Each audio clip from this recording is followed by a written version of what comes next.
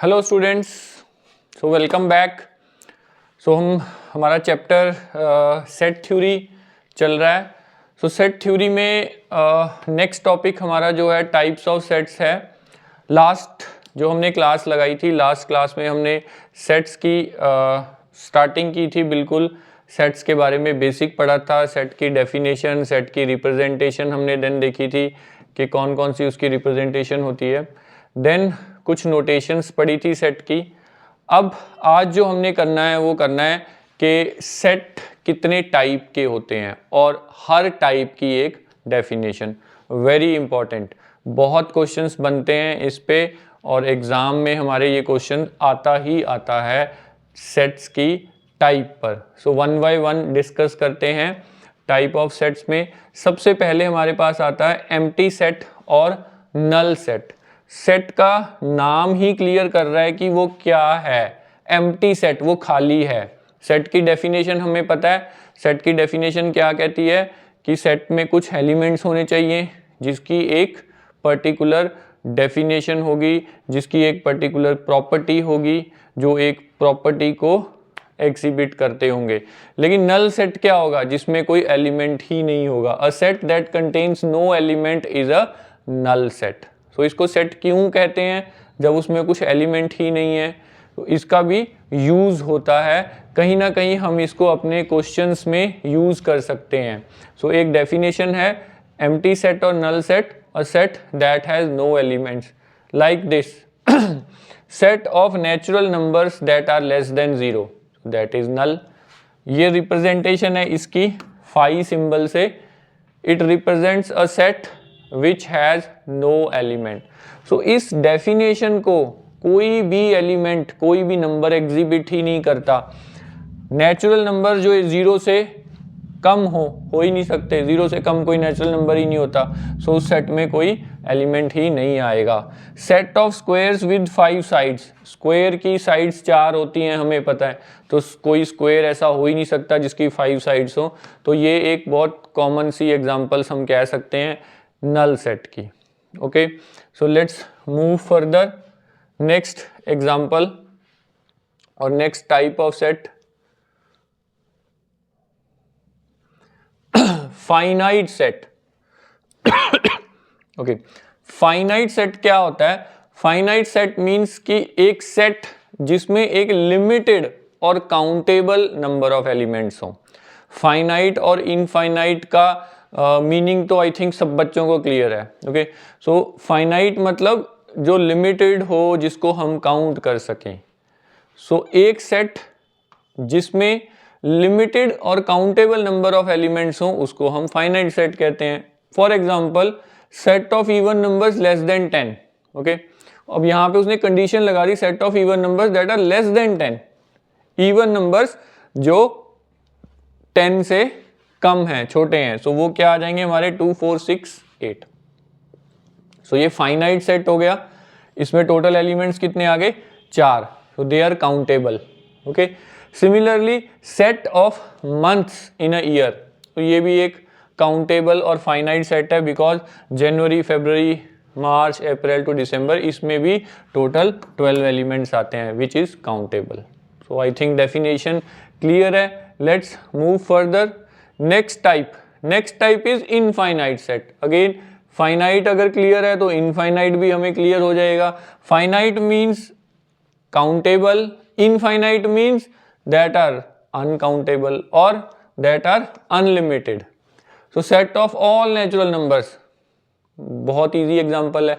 set of all natural numbers means 1 से start हो गए, it goes up to infinity, it is infinite. okay, set of real numbers की तो कोई limit ही नहीं है। Again x is a real number which is greater than minus infinity and less than infinity. So इसमें क्या है, ये दोनों आप नोटेशंस भी देख सकते हो। ये नोटेशन कौन सी और ये नोटेशन कौन सी है, ये हमने लास्ट क्लास में की थी। सो ये दोनों नोटेशंस हमें आनी चाहिए। जिसको ये नोटेशंस का नहीं पता वो लास्ट लेक्चर एक बार दोबारा सुने तो उसे पता लग जाएगा कि सेट बिल्डर फॉर्म क्या होती है, रोस्टर फॉर्म क्या होती है, टेबुलर फॉर्म किसको कहते हैं। Okay, so let's move further. Next type subset, very important. इसको हम बहुत यूज करेंगे क्वेश्चंस में भी यूज करेंगे कि सबसेट का क्या मतलब होता है। A set A is a subset of B, A set B का सबसेट होगा, कब होगा?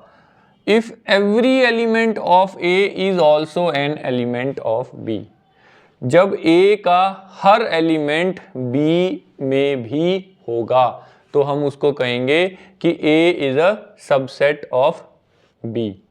ये इसका लिखने का तरीका है, नोटेशन है। लास्ट लेक्चर में हमने थोड़ा सा नोटेशंस के बारे में पढ़ा था, उसमें हमने एक ही नोटेशन पढ़ी थी, बिलोंग्स और नॉट बिलोंग्स टू। ये एक नई नोटेशन आ गई है जो रिप्रेजेंट करती है सबसेट को। A is a subset of B, A B का सबसेट कब होगा? जब A का हर एलिमेंट B में भी होगा। लाइक दिस एग्जाम्पल, A में कितने एलिमेंट्स हैं? 1 2, 2 एलिमेंट्स हैं। वो एलिमेंट्स B के भी मेंबर्स होने चाहिए। अब B में और भी मेंबर्स हो सकते हैं, ठीक है, B में कुछ ऐसे मेंबर्स हो सकते हैं जो A में ना हो, ओके, बट A में जितने भी मेंबर्स होंगे वो सारे B में होने चाहिए। This is the condition for a set to be a subset of other set. A B का सबसेट कब बनेगा? जब A में जितने भी एलिमेंट्स हैं वो सारे के सारे B सेट में भी होंगे। B में अगर कोई एक्स्ट्रा एलिमेंट आता है, इट्स ओके, कोई प्रॉब्लम नहीं है। जैसे यहाँ पे 3 है, वो A सेट में नहीं है, इट्स ओके, क्योंकि हम ये नहीं कह रहे कि B जो है वो A का सबसेट है, हम कह रहे हैं A B का सबसेट है। सो डेफिनेशन से भी क्लियर होता है, एग्जाम्पल से भी क्लियर होता है कि अगर एक सेट दूसरे सेट का सबसेट होगा तो उसकी डेफिनेशन क्या है।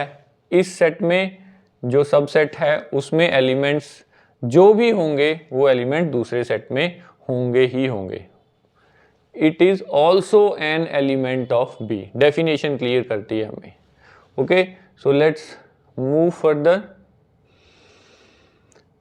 सो कुछ नोटेशन इसमें भी हमने देखी, एक नोटेशन आई है, एक दो नोटेशंस इसमें भी नई आई हैं, तो उन नोटेशंस को भी हम साथ साथ क्लियर करें। इसमें हम देख सकते हैं एक नोटेशन लगी हुई है, एक ये लगी हुई है नोटेशन, एक ये लगी हुई है नोटेशन। सो देखो कितनी नोटेशंस लगी हुई हैं, तो इसको कैसे रीड आउट हम कर सकते हैं। और इस पूरी की पूरी लाइन को जो हमने लिखी है नोटेशन के साथ, A is a subset of B, this represents A is a subset of B।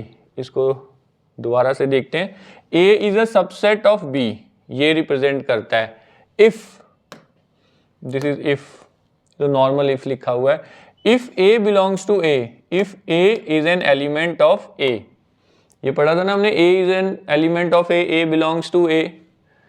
implies, ये क्या है? This implies that A is also an element of B। सो ये पूरी की पूरी डेफिनेशन नोटेशन से ही हमें क्लियर हो जाती है कि A सबसेट होगा B का कब? If A is an element of A and A is also an element of B। A small a, again this capital A, ये हम पहले भी क्लियर कर चुके हैं लास्ट लेक्चर में कि स्मॉल लेटर्स, स्मॉल अल्फ़ाबेट्स हम नॉर्मली एलिमेंट को रिप्रेजेंट करते हैं और कैपिटल अल्फ़ाबेट हम सेट का नाम रिप्रेजेंट करते हैं। Okay, if A is not a subset of B then we write like this. So ये सेल्फ एक्सप्लेनेटरी है, अगर ये A is a subset of B है तो A is not a subset of B। Okay, so let's move further। Next type is proper subset। अब proper subset क्या होता है? Subset तो पढ़ लिया, proper subset क्या होता है? Proper subset means a set A is a proper subset of B if A is a subset of B but A is not equal to B। अब ये डेफिनेशन क्या कहती है? ये कहती है कि A को हम प्रॉपर सबसेट कब कहेंगे? A को प्रॉपर सबसेट हम उस केस में कहेंगे जब A सेट B का सबसेट तो होगा लेकिन A B के इक्वल नहीं होगा। अब इक्वल का मतलब क्या होता है? इक्वल सेट भी हमारी नेक्स्ट डेफिनेशन में आएंगे टाइप ऑफ सेट में। इक्वल सेट में हमारे पास सारे एलिमेंट्स इक्वल होते हैं, सेम होते हैं, बट अगर ये दोनों सेट इक्वल हो जाएं तो उसको हम प्रॉपर सबसेट नहीं बोलते। आपने नोटेशन में भी नोटिस की होगी एक बात, जो लास्ट नोटेशन थी उसमें इस तरह से लिखा हुआ था, इक्वल टू का भी साइन था, बट यहां पे लिखा हुआ है A is a subset of B. So this represents proper subset. A is a proper subset of B. उसको प्रॉपर सबसेट कब कहेंगे? हम उसको प्रॉपर सबसेट A को B का प्रॉपर सबसेट तब कहेंगे जब A के सारे एलिमेंट्स तो B में होंगे, लेकिन A और B इक्वल नहीं होंगे. इक्वल कब होंगे? जब सारे एलिमेंट्स इक्वल हो, इसमें भी 1 2 3 हो, उसमें भी 1 2 3 हो, तब इक्वल होंगे. फिर उसमें हम उसको कहेंगे A is a subset of B. Proper subset नहीं कहेंगे. प्रॉपर सबसेट सिर्फ तभी कहेंगे जब B में कुछ ऐसे एलिमेंट हों जो A में एग्जिस्ट ना करते हों. ओके, तो ध्यान से इसको एग्जांपल को देखो, इजीली समझ आ जाएगी. Let's move further. Universal set. तो पहले भी हमने देखे यूनिवर्सल सेट क्या होता है कि a set that contains all the elements under discussion और consideration, it is denoted by U. जो भी हम क्वेश्चन कर रहे होंगे, जो भी हमारा क्वेश्चन अंडर कंसिडरेशन होगा, या जो भी हम डिस्कशन कर रहे होंगे, जो भी हम देख रहे होंगे, जो भी हमारे एग्जाम्पल में होगा, जो भी हमारे क्वेश्चन में सेट होगा, सो उस सारे जो भी एलिमेंट्स वहां आ रहे होंगे, उन सारे एलिमेंट्स को अगर इकट्ठा करके एक सेट में डाल दिया जाए तो उसको हम क्या कहते हैं? सेट ऑफ यूनिवर्सल सेट कह देते हैं, जिसमें सारे के सारे एलिमेंट्स कवर हो जाते हैं, जो एलिमेंट हम उस पर्टिकुलर क्वेश्चन में या उस पर्टिकुलर टाइम में हम डिस्कस कर रहे होंगे. जैसे यहाँ पे एक एग्जांपल ले लिया, इंग्लिश अल्फ़ाबेट्स के बारे में अगर हम डिस्कस कर रहे हैं तो A to Z हमारे सारे के सारे एलिमेंट्स कवर हो जाते हैं, सारे के सारे अल्फ़ाबेट्स कवर हो जाते हैं. तो this is a universal set of alphabets कह सकते हैं, क्योंकि अल्फ़ाबेट्स इसके बाहर नहीं होंगे. Okay, so let's move further. Power set. What is a power set? Power set क्या होता है? ये अगेन बहुत इंपॉर्टेंट है. पावर सेट क्या रिप्रेजेंट करता है? एक सेट, उस सेट के हम कितने सबसेट बना सकते हैं, वो सारे सबसेट्स को इकट्ठा कर लो, उसका एक सेट बना दो, तो that comes the power set. The set of all the subsets of a given set A including the empty set and the A itself. हमने एक एम्प्टी सेट भी इंक्लूड करना है और उस खुद को जो सेट हमारा दिया हुआ है उसको भी इंक्लूड करना है. एक एग्जांपल हमने छोटी सी यहाँ पे ली है. लेट्स से हमारे पास एक सेट है A जिसमें एलिमेंट्स हैं 1 और 2. अब हम देखते हैं कि इसके हम सबसेट कितने बना सकते हैं, मतलब ऐसे कितने सेट बना सकते हैं जो इस सेट के A सेट के सबसेट हों. सबसे पहले तो हमारे पास आ गया 5 यानी कि एम्प्टी सेट. देन एक सेट आ गया जिसका एलिमेंट होगा ओनली 1, ये भी इसका सबसेट हो गया. एक एलिमेंट आ गया जिसका, एक सेट आ गया जिसका एलिमेंट ओनली 2 होगा, सो ये भी इसका सबसेट हो गया. अगेन एक सेट आ गया जो वो सेट खुद है, ये भी इसका सबसेट होगा. सो टोटल हमारे पास कितने सेट हो गए? 1 2 3 4, 4 सेट हो गए. ये क्या है? ये हमारा जो गिवन सेट है A, इसके सबसेट है 5, ये 4. अब इन चारों को एज ए एलिमेंट मान के एक नया सेट बना दें. इन चारों को मैंने एक एलिमेंट मान लिया और मैंने एक सेट बना दिया जिसमें 1 2 3 4 ये 4 एलिमेंट्स आ गए. इस सेट को मैं क्या कहूंगा? इसको मैं कहूंगा पावर सेट.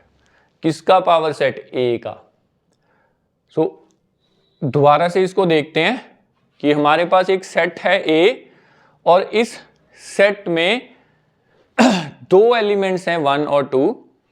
अब इस सेट का हमने पावर सेट बनाना है. सो इसका पावर सेट क्या बनेगा?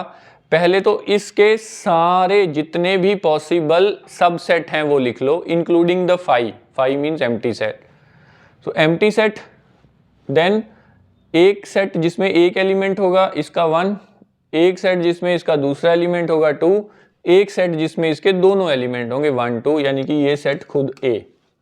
सो ये चारों जो सेट बन गए, इन चारों को एक सेट में बंद कर दो, एक सेट बना दो इनका.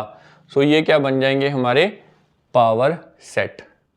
सो I think the definition of power set is clear है। Okay, so let's move further. The number of elements in the power set of a set A is 2 raised to the power n, where n is the number of elements in the set A। अब ये क्या represent करता है कि एक कोई भी हमें सेट दिया हुआ है, जैसे दिस सेट A जिसमें 3 एलिमेंट्स हैं 1 2 3। अगर हमें कोई ये पूछे कि इसका अगर आप पावर सेट बनाओगे तो उस पावर सेट में कितने एलिमेंट्स आएंगे, तो उसका हम आंसर सीधा डायरेक्टली दे सकते हैं। उसका फॉर्मूला ये बता रहे हैं कि 2 raise to the power n। n क्या है, where n is the number of elements in set A। A में कितने एलिमेंट्स हैं 1 2 3, 3 एलिमेंट्स हैं। So 2 raise to the power 3 that means 8।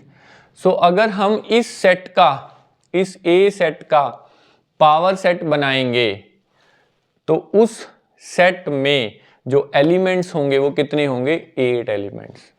सो यहाँ पे वो सेट बनाया भी हुआ है, दिस इज 5, ये भी इसका सबसेट है। Single element, double element, triple, तीनों एलिमेंट। सो इनको काउंट करेंगे तो ये कितने आ जाएंगे हमारे टोटल 1 2 3 4 5 6 7 8। सो टोटल 8 सबसेट्स बन गए और उन सबसेट्स को इकट्ठा करके एक सेट बना देंगे जो हमारा क्या बन जाएगा, पावर सेट बन जाएगा A का। ओके, सो आई होप यहाँ तक क्लियर है।